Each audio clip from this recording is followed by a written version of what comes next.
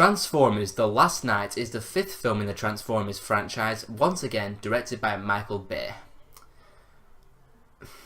I wasn't going into this film wanting it to be terrible. Anybody who wants a film to be bad, that's just stupid in my opinion. So going into this film, I was a little bit hopeful because last year, Michael Bay gave us 13 Hours, a competent film. So I was hoping that he could apply what he did there with Transformers 5. And if he did that, it would be all good and everything would be right with the world. And in case you couldn't tell by my tone of voice, that's not exactly what happened. Talking about this film is actually going to be kind of simple because it's the same stuff we have seen for the last 4 Transformers films. The story of The Last Knight unfolds pretty much the exact same way as the stories in the other Transformers films did. You start out in Mark Wahlberg, who is once again a generic down on his luck guy. He can't talk to his daughter because he's now a fugitive or a legend in some people's eyes. And then Mark Wahlberg gets thrust along in this whole new Transformers adventure because there's this artifact they have to go and find, and this artifact is going to prevent the end of the world from the Decepticons who are getting Cybertron to come back to Earth and make Earth like Cybertron. Basically, Armageddon, the apocalypse, the end of the world is coming, and the Transformers have got to stop it with this artifact.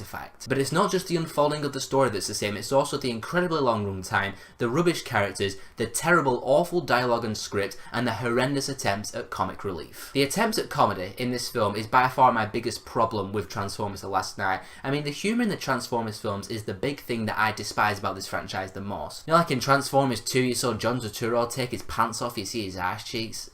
But in Transformers 5, not only is the humour terrible and it never lands and never makes you even grin ever, it is so constant. Like every 30 seconds there will be a character trying to just drop a joke or trying to be funny with whatever dialogue they have, and it's just throwing jokes and you're throwing jokes and you're throwing jokes at you like every 30 or 40 seconds, and it became really old, really annoying, and just really face palm and eye rolling and cringy very quickly. I just don't know what is telling Michael Bay to do this. I mean, it's a Transformers film. We just want to see Transformers, Autobots, Decepticons fight, sweet hardcore robot action. That's all we want to see. We don't want to see these human characters or even the Autobots themselves just try to be these funny things. The Autobots in this film, minus Optimus Prime, are just constantly, every time they talk, they're just trying to be funny all the time. Like John Goodman's character smoking the cigar, and the other one with the big metal beard, and the other, I can't even remember the other Transformers names if I'm going to be completely honest. But every time the Autobots talk in this film, they're just trying to be funny, they're just trying to be really sarcastic and witty. It never ever works. So you have a new Transformers film where the Autobots are really annoying with their attempts at humour, so then we have to look at the human characters and they're just as bad and you don't give a crap about them either. Mark Wahlberg is back, and I like Mark Wahlberg more than Shia LaBeouf in the other films because he actually gets stuff done. He goes in and shooting guns at Transformers, he gets stuff done. But like I said earlier, at the start of this film, he is just once again a down on his luck guy. He can't talk to his daughter, you're supposed to feel sorry for him but you really don't care. Then you have this English professor woman who's actually Allison from the In-Betweeners movie and Peter Quill's mother from the Guardians of the Galaxy films. She and Mark Wahlberg have this romance that you completely don't buy. They do that thing where they first meet each other and they don't like each other and they're throwing insults and banter at each other,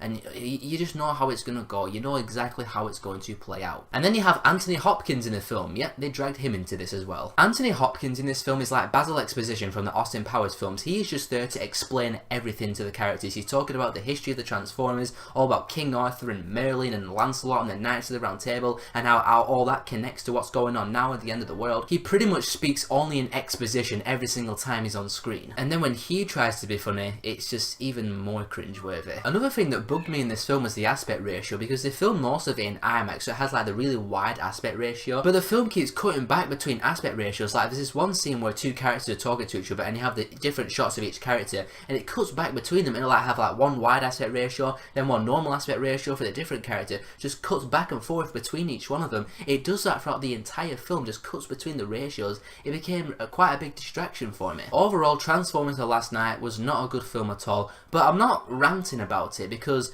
I wasn't really expecting anything more from this film. This film was more or less exactly what I thought it was going to be, so I'm not like angry that it was awful, I'm just saying it's awful, and that's exactly what I expected from it. The characters are meaningless, the plot is all over the place and really messy, the comedy relief is terrible. The action scenes are watchable and slightly entertaining. I mean, it's action scenes, you know, it's well filmed, and it's big summer spectacle action scenes, so they're going to be entertaining at least. But I'm not giving the film that much of a pass for it this time. I'm going to give Transformers: The Last Knight a 1.5 out of 5. Still counting down the days to Planet of the Apes, and Dunkirk, and Spider-Man, and pretty much every other film this year. Thanks as always for watching the video, guys. What did you think of Transformers The Last Knight? Because I know there are quite a few fans of Transformers out there, and I will say, if you like the first 4 Transformers films, you will like this film. So tell me in the comments below if you like the Transformers films, did you like The Last Knight, what did you think about it, and if you want to see more of my stuff, click on one of these and I'll see you all in the next video.